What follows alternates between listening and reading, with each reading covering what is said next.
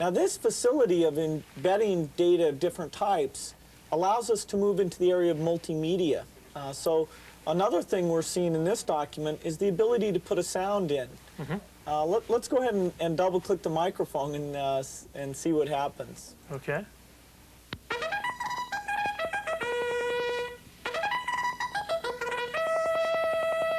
Another crucial area for us has been working on robustness. A lot of people working with Windows find that when an application has a problem, they get the unrecoverable application error, and they have to shut the whole system down. What we've done in 3.1 is make it so only the application that has the problem has to be shut down. And this makes it a lot easier to go on working with the system. We want to demonstrate that to you with the test application that was designed to actually trigger an error. So let's go ahead and fire that up. Okay. It's called blow up. All we do is we choose what kind of error we want. We'll choose a general protection fault. The application will crash. Wait a few seconds. There, application error. And then we click on close, and Dr. Watson comes up. Now, Dr. Watson is a facility to log all the details about the error. So if you want to call up product support and find out exactly what was going on, it makes it so you have a full set of data. Correct. It takes a picture of what the system looked like and saves it in a file for us. Fantastic. Thanks, Joe. You're welcome.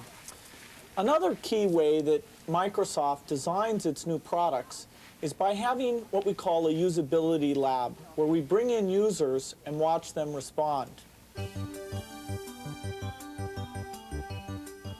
This is one of Microsoft's usability laboratories.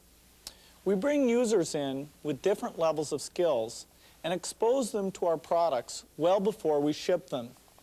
Now this results in lots and lots of changes, sometimes to the overall design, and sometimes to things as small as the prompt text or the terminology that we use. Overall, it's made a big impact in our ability to deliver easy-to-use products. One of the products that we're testing today is called Pen Computing for Windows. The idea is that hardware manufacturers will be building PCs that include a touch-sensitive surface. In fact, this is a prototype machine that NCR has already built. You use a pen right here on this surface, and you can handwrite just like you would on paper, and the computer recognizes it. So you don't have to use a keyboard. A machine like this could be taken into a meeting or out on a sales call and used in a very natural way. We're making sure that it's easy for people to work with Windows for pen computing. Let's go ahead and take a look at what this product is going to be like. I've got Byron Bishop, who's the lead engineer for our development effort. Hello, Bill. Let's go ahead and show a demonstration of the Pen Windows. We're starting out here in the Notebook app, and all we have to do is click on the Calendar tab to move to the Calendar page. To select a particular date, we just point to it, and so let's look at February 7th. So I can see my schedule, and for example, if I want to draw in a map for this dinner appointment I have, I just scribble right there on the screen, and you can see it saves the ink that we put on it. Also, it's very easy to enter a new appointment. We simply use normal handwriting, and as soon as we're done, the computer recognizes that text. We also have what are called gestures that provide commands. For example, if we want to delete an appointment, we just strike through it. That's one of the easy-to-remember gestures. Or if we want to take that text and move it somewhere else, we use the insert gesture. Over here on this to-do list, we can go ahead and add in a reminder that we want to write a memo. So that's working with the calendar. Now we'll go back to the index page and indicate that we want a blank sheet of paper. And what we're going to show on this is entering a diagram that shows the relationship of the different parts of Pen Windows. Well, we start by putting in some text, and it immediately recognizes that. Down at the bottom, we'll put some other text to show that how Windows is there. And over on the right, we're going to put the pen extensions. One of the interesting things is that we recognize not only the text, but also shapes that you draw. So for example, if we draw a little square around this text, even if we don't do it quite right, it knows that we want a square, and you can see it makes it perfect. At the top, let's use a circle, and we can see it recognizes that as well. Then we can connect these things together. And even though we don't draw our lines perfectly, it knows we want a straight line, and so it recognizes that. A key element of this pen computing is handwriting recognition. Now, everyone has handwriting that's a little bit different. So we've designed it so that it adjusts to your particular handwriting. As an example, let's go ahead and enter THIS, this, but we connected the T and the H. And so you can see that it didn't recognize it properly. Now what we can do is train it that we often write it that way. And so we bring up a trainer and simply pick the letters we want to train in, write them properly, and ask it to remember those shapes. So as soon as that's done, we can go back, and this time, if we do exactly the same writing, you can see that it recognizes it properly. Another thing that's really great about these pen extensions is they allow you to use existing applications.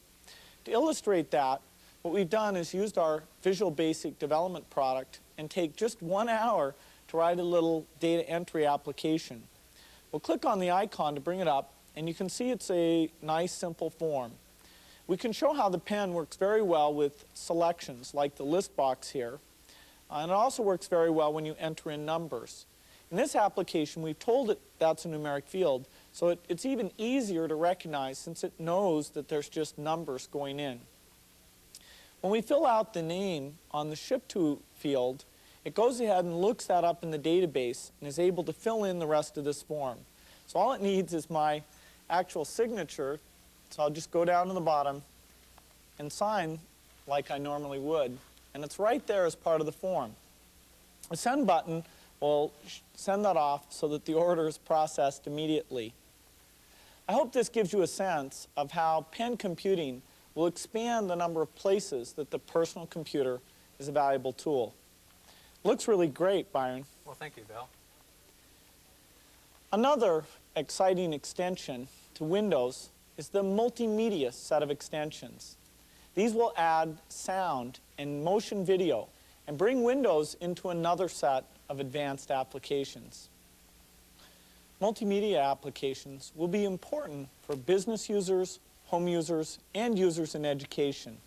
I've asked Nikki Mixcog, a product manager from our multimedia group, to come show us some examples. Hi, Bill. What we have here is I'm working in a Word document, and I've come to some information I'm not quite clear on. In particular, the ear. I'd like to find out how it works. So I can select the word, use a macro that I've already created, and load up a new application called Multimedia Bookshelf for Windows. I can then type in the word that I'm trying to look up, the information on the ear. Now you can see that Multimedia provides animations with sound capabilities to better help you understand that information. The human ear consists of outer, middle, and inner parts.